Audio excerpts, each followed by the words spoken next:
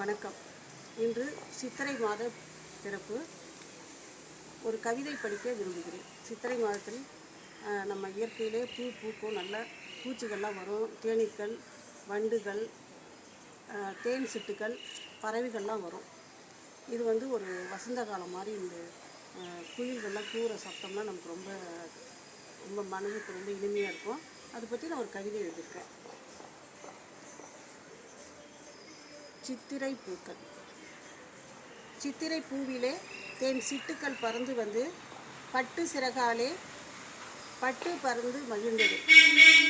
பச்சை வண்ண சோலையிலே கிளிகள் பழமென்றே எண்ணி தினம் பக்கம் வந்து வந்து கொஞ்சி கொஞ்சி பேசுதே.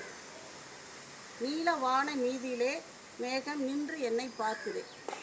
கதிரவனின் ஒளியாலே காட்சிகள் கண்ணை பறிக்குதே. உயர்ந்த மலையிலே அருவி உயர எண்ணம் காட்டுது.